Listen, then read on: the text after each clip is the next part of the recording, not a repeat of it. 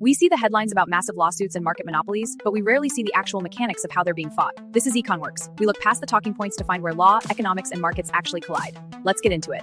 When you think about who's taken on big tech, your mind probably jumps straight to, Brussels or maybe Washington, D.C., right? But what if I told you one of the most important battles over the future of the phone in your pocket is happening somewhere you might not expect? Yep, we're going to Brazil to unpack this huge, high-stakes fight over Apple and the economics of platform control. It all boils down to a pretty simple question that has literally billion-dollar consequences. Who really controls the device in your hand? I mean, you bought it. It's yours, isn't it? Well, that very question is at the heart of this massive global debate about power in our digital lives. And right now, the front line for that debate, believe it or not, isn't where you'd think. Some of the most groundbreaking and fastest moves in tech regulation are happening in Brazil. And it's raising some of the toughest economic questions for antitrust law today. Okay, so let's get into it. First up, what is this dispute between Apple and Brazil really all about? This right here? This is the move that changes the entire game. See, Brazilian regulators aren't looking at the whole smartphone market, Apple versus Android. Nope. They've zoomed way, way in. They've defined the market as only the distribution of iOS apps. And in that tiny kingdom, well, Apple isn't a competitor. It's the one and only gatekeeper. And the regulators say this gatekeeper power stands on three main pillars. First, there's distribution control. The App Store is pretty much the only door in. Second, they tie you to their payment system, forcing everyone to use Apple's billing. And third, and this is a big one, they practice hardware foreclosure, which means they can block rival payment apps from using key parts of the phone, like the chip you use for Tap to Pay.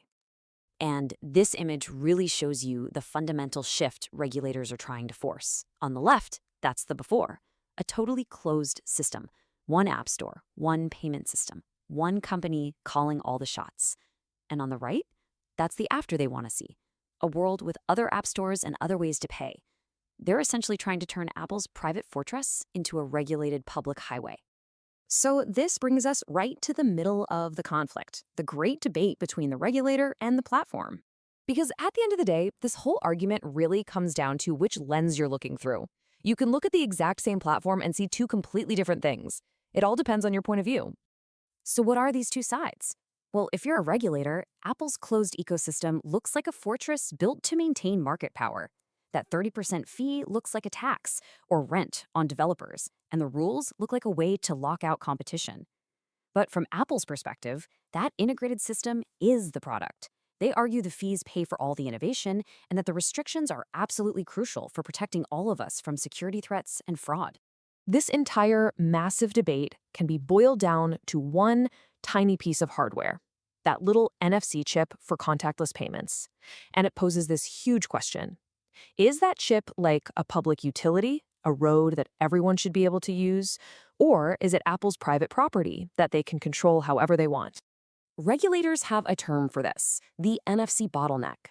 Their argument is that by restricting access to that chip, Apple is forcing all tap-to-pay traffic down a single, narrow lane that leads directly to Apple Pay.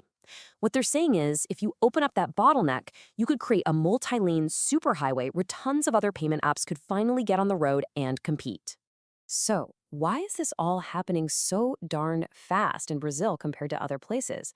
That brings us to our next section, two systems, two speeds. Just look at this timeline.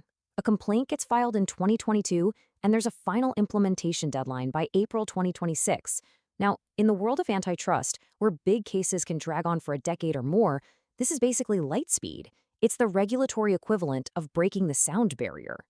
And the reason for this speed comes down to two fundamentally different philosophies.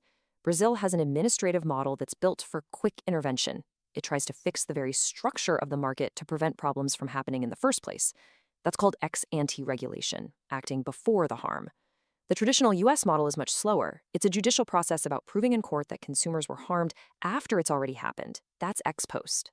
And these different philosophies are creating totally different realities all over the world.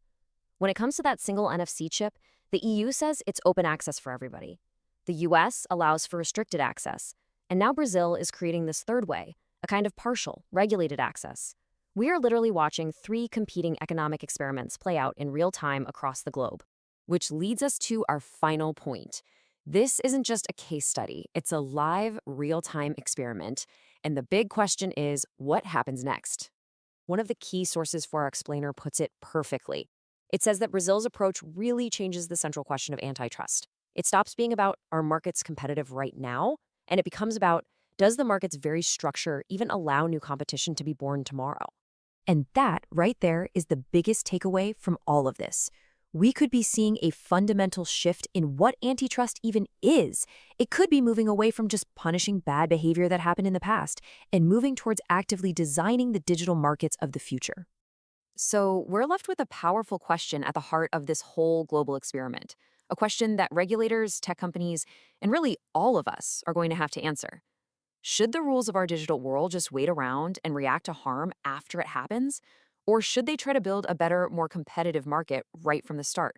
Thanks for watching. For the deep dive economic analysis behind these stories, join us at econworks.com. Subscribe to stay informed on where law and economics meet the market. We'll see you in the next episode.